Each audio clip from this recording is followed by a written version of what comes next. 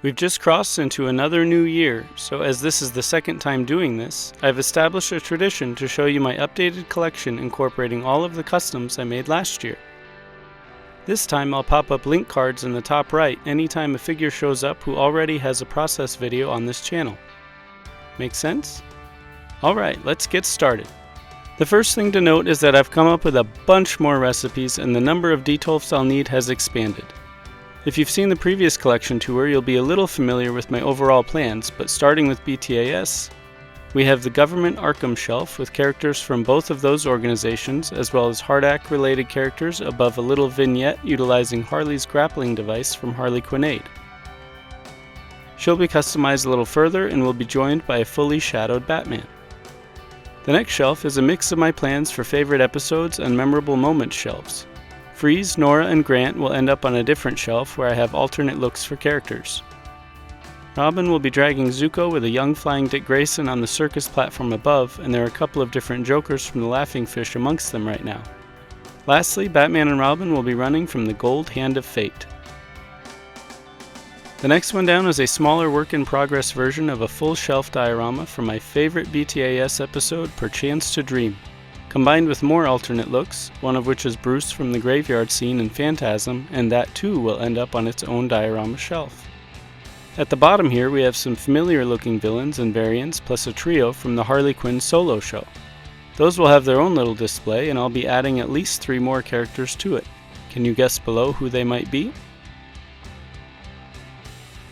At the top of this detolf is the Alternate Realities cube where I have some of the Adventures Continues characters as well as the What is Reality color variants of Batman, Riddler, and an eventual Gordon headstand. To the right is my classic rooftop display from McFarlane, and I'll end up replacing the cape with a trimmed version of the one that came with the set. Below him we have some main character standouts from BTAS and characters related to Bruce's past. Next to them is a custom Red Claw among some standard releases, and then up to a couple cel-shaded repaints with Freeze and Catwoman's head.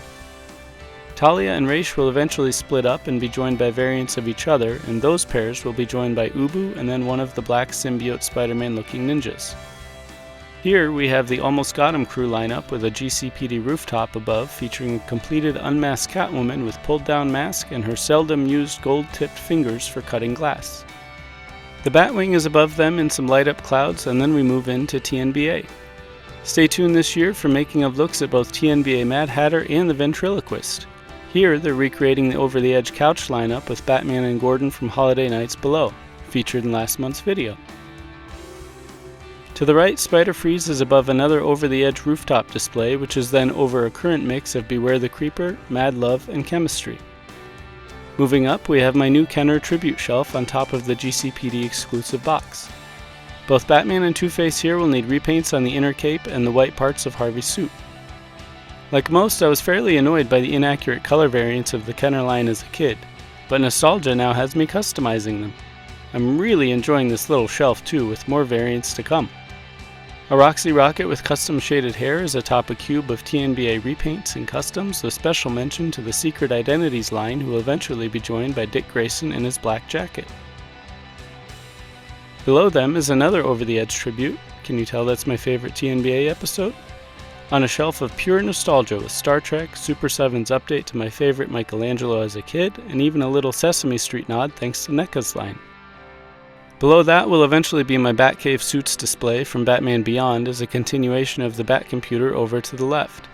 In between them is the infamous blackboard you've seen in many a making of video, as this doubles as my workspace, surrounded by all of my own work as inspiration.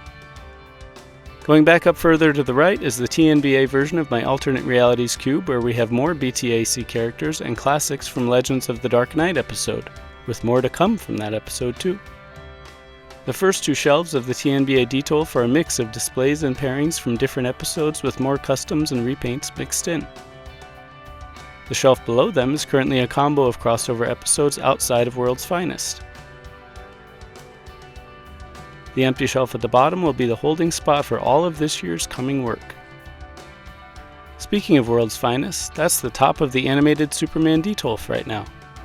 My Wayne Lex T7 robot is still in the same state as the last collection tour, but I'm actually playing with the idea of restarting it digitally and doing a 3D print for it instead.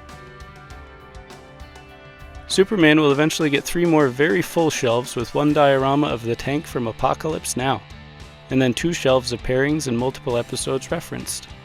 You'll even see all of his super suits and both sets of parents, all in due time. The Justice League and the Justice League Unlimited detolfs are combined into one for now, but you can see where I have various teams represented, favorite episodes, and then more characters and pairings. I'm really happy to see the Double Date episode represented with how well all 4 of those main characters turned out. There are quite a few more JLU characters that debuted last year, and a handful of their making of video links will pop up above in succession. These 2 shelves cover the Cadmus arc, and the bottom is a bit of a random mix right now and will continue to grow.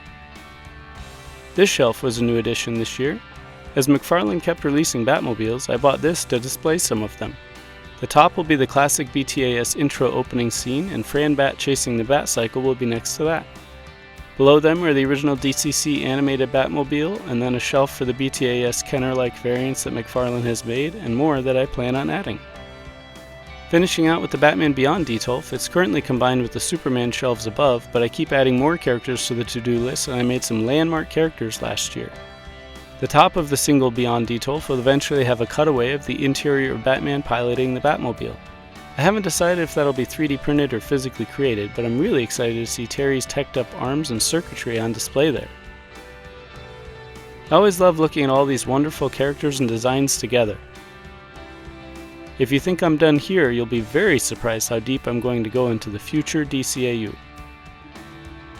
And that's the full tour for this year, incorporating all of last year's creations onto their proper shelves. As I said, I actually keep coming up with more figures to make, whether because of McFarlane's re-releases or just general characters needing a pairing partner or 2.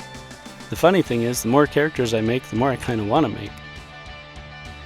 Tune in later this month for another regular making of look from Superman the Animated Series.